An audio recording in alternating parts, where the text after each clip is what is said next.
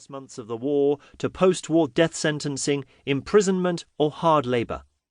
Added to those harsh punishments were condemnation to national dishonor, the loss of civic rights, and or monetary fines, as well as such administrative measures as expulsions, police supervision, loss of the right to travel or to live in certain desirable places, dismissal, and the loss of pension rights.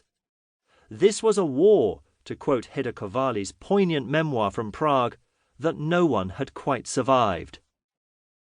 While the experience of the Second World War has to a large extent shaped the political makeup and destinies of all European societies in the second half of the 20th century, Poland has been singularly affected.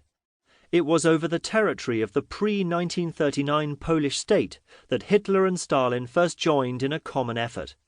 Their pact of non-aggression, signed in August 1939, included a secret clause dividing the country in half, and then fought a bitter war until one of them was eventually destroyed. As a result, Poland suffered a demographic catastrophe without precedent. Close to 20% of its population died of war-related causes.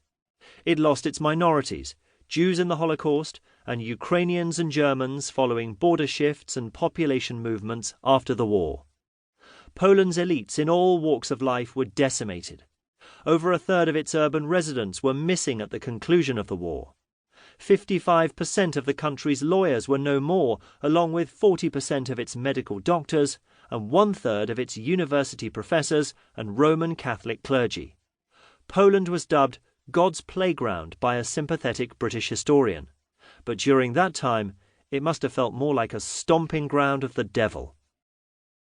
The centerpiece of the story I am about to present in this little volume falls, to my mind, utterly out of scale. One day, in July 1941, half of the population of a small East European town murdered the other half. Some 1,600 men, women, and children. Consequently, in what follows, I will discuss the Jedwabne murders in the context of numerous themes invoked by the phrase Polish-Jewish relations during the Second World War.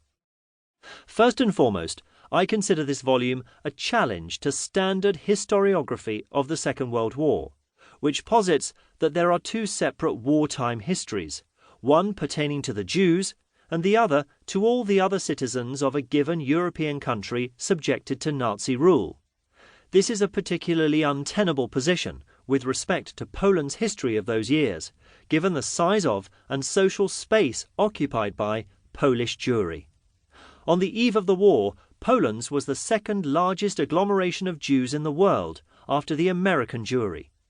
About 10% of pre-war Polish citizens identified themselves either by Mosaic faith or by declaring Yiddish to be their mother tongue as Jews.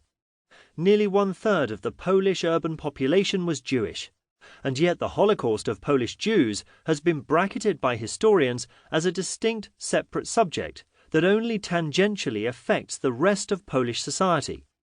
Conventional wisdom maintains that only socially marginal individuals in Polish society, the so-called szmalcownicy or scum who blackmailed Jews and the heroes who lent them a helping hand, were involved with the Jews.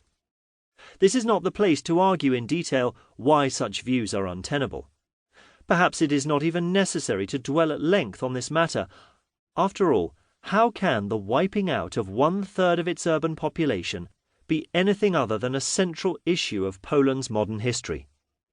In any case, one certainly needs no great methodological sophistication to grasp instantly that when the Polish half of a town's population murders its Jewish half, we have on our hands an event patently invalidating the view that these two ethnic groups' histories are disengaged.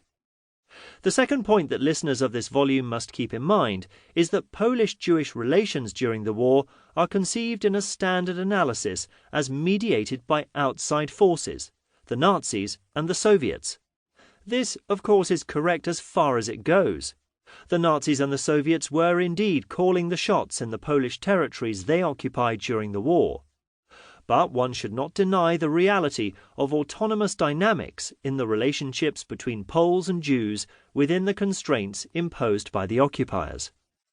There were things people could have done at the time and